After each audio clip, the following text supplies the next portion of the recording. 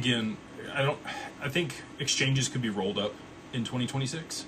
I see that a lot of investment banks may be buying exchanges, especially if when we see Tether collapse, there's going to be a huge devaluation on like Bitfinex for one.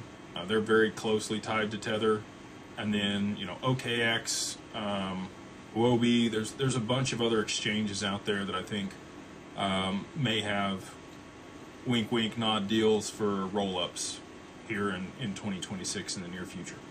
So there'll be a huge consolidation, and with that, I've told you guys this before, they didn't build out sub-accounts for people to hold the bearer asset.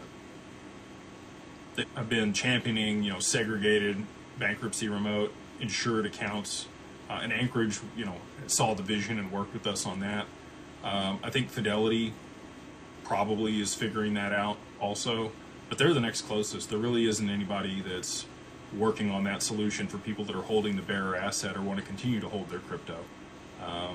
They're going to strip the crypto out of these exchanges that they acquire and roll them up into financial products and sell them through securities offerings, just like they have with the other ETFs and ETPs, or the DATs. And they'll continue to roll out cool new products. I like that part. I think that structuring financial products and derivatives is fun.